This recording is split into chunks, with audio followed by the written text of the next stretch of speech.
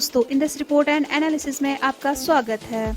दोस्तों, लेकर आई हूँ मैं एक बार फिर से हमारे डिफेंस सूट की आज की सीरीज। नजर डालते हैं आज के पहले अपडेट पर। एरोनॉटिकल डेवलपमेंट एस्टैब्लिशमेंट तेजस एम के सेकंड प्रोग्राम के लिए बड़े external fuel drop tanks develop करने की प्लानिंग कर रहा है। दोस्तों, एरोनॉटिकल डेवलपमेंट एस्टैब्लिशमेंट तेजस एम के सेकंड प्रोग्राम के लिए 2 नए external fuel drop tanks develop करने की प्लानिंग कर रहा है, जिनमें 1700 और 1300 लीटर मॉडल शामिल है। एडीई पहले टेस्टिंग के लिए 2 यूनिट्स बनाएगा और फाइनल प्रोक्योरमेंट में 1700 लीटर ड्रॉप टैंक के लिए 6 यूनिट्स और 1300 लीटर ड्रॉप टैंक के लिए 3 यूनिट्स शामिल होंगे।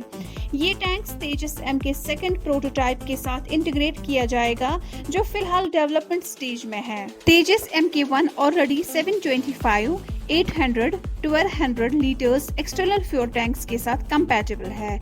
इन नए टैंक्स के एडिशन से तेजस एम के सेकंड की रेंज और एंड्योरेंस सिग्निफिकेंटली एनहांस हो जाएगी, जो इसे एक और वर्सटाइल और कैपेबल फाइटर एयरक्राफ्ट बनाएगी।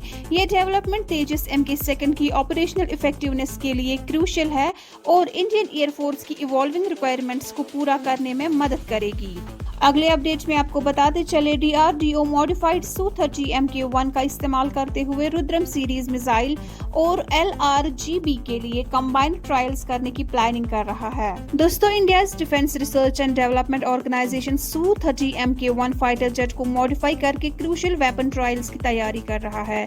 डीआरडीओ के एडवांस्ड एयर लॉन्च्ड वेपन्स के कंबाइंड ट्रायल्स के लिए एयरक्राफ्ट और सिस्टम्स टेस्टिंग एस्टैब्लिशमेंट इस जेट का इस्तेमाल करेगी, जिसमें Rudram 1, Rudram 2, Rudram 3 anti radiation missiles और लॉन्ग रेंज ग्लाइड बॉम्ब्स शामिल है। Su-30 Mk1 की एडवांस्ड एयर लॉन्चर सिस्टम्स के टेस्टिंग के लिए फ्लाइट प्रोफाइल साइमुलेट करने और कॉम्बैट सिनेरियोज में एंगेज होने की एबिलिटी इसे आइडियल प्लेटफॉर्म बनाती है। रुद्रम मिसाइल फैमिली को एनिमी रैडर और एयर डिफेंस सिस्टम्स को न्यूट्रलाइज करने के लिए डिजाइन किया गया है, जो इंडिया को एनिमी एयर डिफेंसेस सप्रेस करने के लिए एक पावरफुल टूल देता है।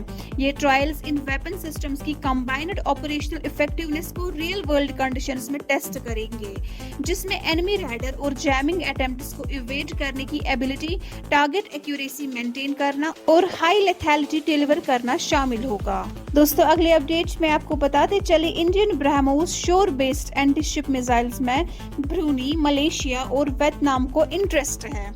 जी हाँ दोस्तों, फिलीपींस को सक्सेसफुल एक्सपोर्ट के बाद वियतनाम, मलेशिया और ब्रूनी ने इंडिया के शोर based anti ship BrahMos missile system में रुचि दिखाई है।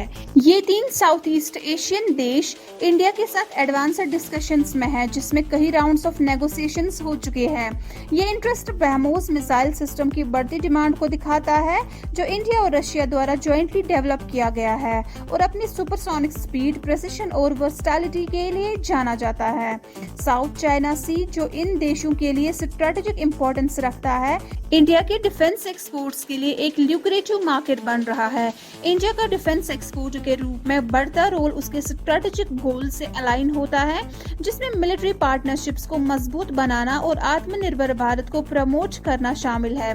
ब्रह्मोस सिस्टम को एक्वायर करने से इंडिया की पोजीशन एक global supplier of advanced military technology के रूप में और मजबूत होगी। दोस्तों, आज की डिफेंस सीरीज के अपडेट्स में फिलहाल इतना ही। हमारे साथ जुड़े रहने के लिए आपका शुक्रिया।